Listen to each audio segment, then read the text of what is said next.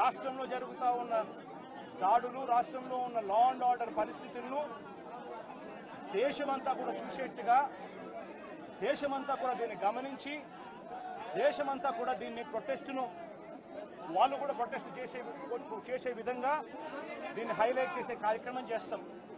ప్రధానమంత్రి గారి అపాయింట్మెంట్ ఇప్పటికే అడగడం జరిగింది. అమిత్ షా గారిని ప్రెసిడెంట్ అపాయింట్మెంట్ కూడా అడగడం కూడా జరుగుతుంది. వీళ్ళందరూ కూడా అపాయింట్మెంట్ ఇస్తే వీళ్ళందరినీ కూడా కలిసి వీళ్ళందరికీ కూడా చెప్పే కార్యక్రమం కూడా చేస్తాం. సరే, ఈ ఇష్యూలో మీ చెప్పేటప్పుడు నువ్వు ఫ్లో పోతుంది కదా. నువ్వు ఎంత ఆంధ్రజ్యోతి విలేకరు అయితే మాత్రం మధ్యలో వచ్చి చెప్పడం ధర్మం కాదు కదా. ఏం చెప్తా అంటే సీరియస్ గా జరుగుతా ఉన్నప్పుడు ప్రకారం ప్రధానమంత్రి అపాయింట్మెంట్ను, హోంమంత్రి అపాయింట్మెంటు, ప్రెసిడెంట్ గారి అపాయింట్మెంటు, వీళ్ళ ముగ్గురు అపాయింట్మెంట్ కూడా అడగడం జరుగుతూ ఉంది. వీళ్ళ ముగ్గురిని కూడా కలిసే కార్యక్రమం కూడా జరుగుతుంది. వాళ్ళ అపాయింట్మెంట్ ఇస్తే వాళ్ళని కూడా కలిసే కార్యక్రమం జరుగుతుంది. జరిగి వీళ్ళందరినీ కూడా రాష్ట్రంలో జరుగుతూ ఉన్న దిగజారిన పరిస్థితులను ఎక్స్ప్లెయిన్ చేసి రాష్ట్రంలో ప్రెసిడెంట్ రూల్ పెట్టాల్సిన అవసరం ఎంత ఉంది అని చెప్పి కూడా గట్టిగా వాళ్ళ దృష్టికి తీసుకొని పోవడం కూడా జరుగుతుంది. నిజమైన అడుగుతున్నాను. ప్రధానమైన డిమాండ్ ఈ ఇన్సిడెంట్లో అన్నా, ఇన్సిడెంట్లో ప్రధానమైన డిమాండ్ ఈ ఇన్సిడెంట్లో ప్రధానమైన డిమాండ్ ఒకటేనా, ఆ కుటుంబం ఏం పాపం చేసిందని చెప్పి ఆ కుటుంబంలో ఒక మనిషిని చంపారు.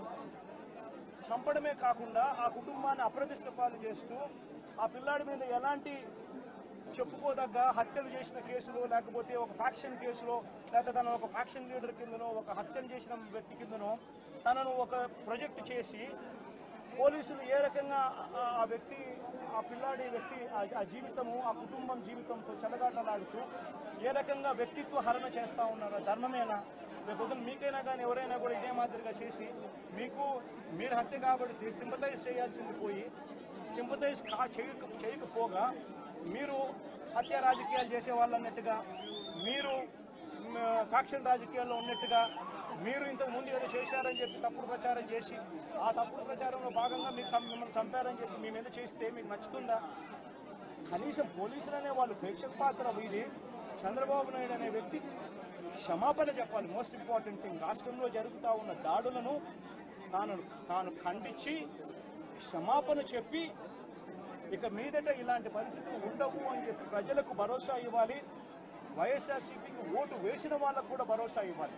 ఎందుకంటే ఈరోజు ముఖ్యమంత్రిగా తాను ఉన్నాడు అని అంటే కేవలం వైఎస్ఆర్సీపీ నుంచి కూడా ఒక 10% ఓట్లు అటువైపున తన మోసానికి అటువైపున నమ్మి అటువైపున పోయిన ఓట్లే కదా. ధర్మంగా అది కదా ఈ మాదిరిగా చేయడం.